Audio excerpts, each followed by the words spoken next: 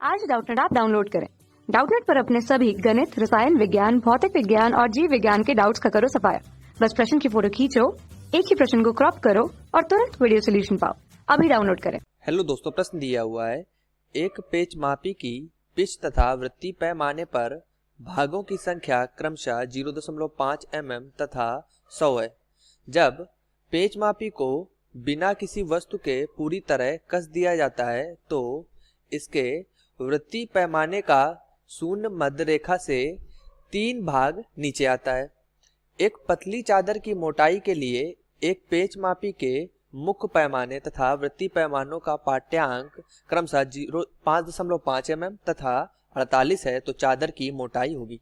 ठीक है, तो प्रश्न में हमें चादर की जो मोटाई है, हमें मोटाई की गणना करनी है। अगर हम यहाँ से चादर की मोटाई को d से लिख लें तो मान लें कि हमें d की गणना करनी है। ये हमारी क्या है? चादर की मोटाई है।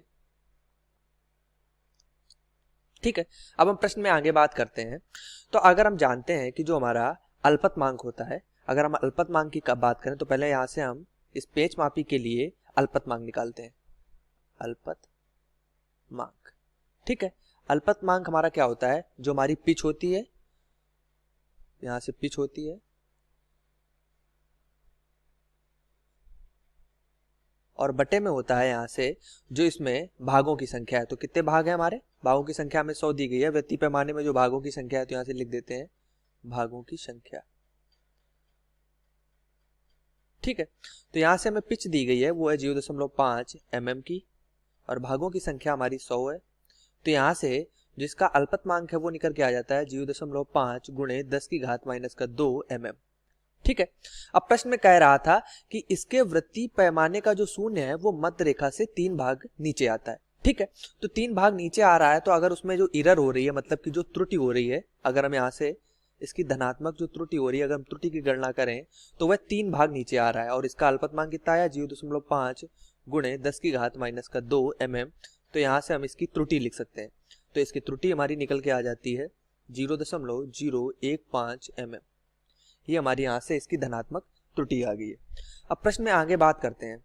अब देखें तो हमें गणना करनी थी मोटाई की, तो अब हमारी मोटाई क्या होगी? अगर हम देखें, क्योंकि हमें यहाँ से जो वृत्तीय पैमाने के लिए पाठ्यांक है वो दिया गया है 48 और पेच मापी का जो मुख्य पैमाना है वो हमारा 5.5 mm का है। ठीक है, तो यहाँ से हम लिखते हैं इसकी मोटाई जो है वो हमारी मोटाई की इसकी रीडिंग क्या होगी या पाठ्यांक क्या होगा, उसको हम d से लिख रहे हैं। तो वो हमारी यहाँ से हो जाएगी जो हमारा होता है MSR, मतलब कि जो हमारी मुख्य पैमानों की संख्या, जो हमारा मुख्य पैमाने का जो पाठ्यांक है, ठीक है, प्लस CSR, मतलब कि जो हमारा वृत्तीय पैमाना है उसके लिए जो पाठ्यांक है, और यहाँ से हम इससे माइनस कर देते हैं जो इसमें हमारी हो रही होती है त्रुटि। ठीक है, ये हमारा यहाँ से मोटाई निकल आएगा। इसके लिए हमारे पास यहाँ से सूत्र होता है।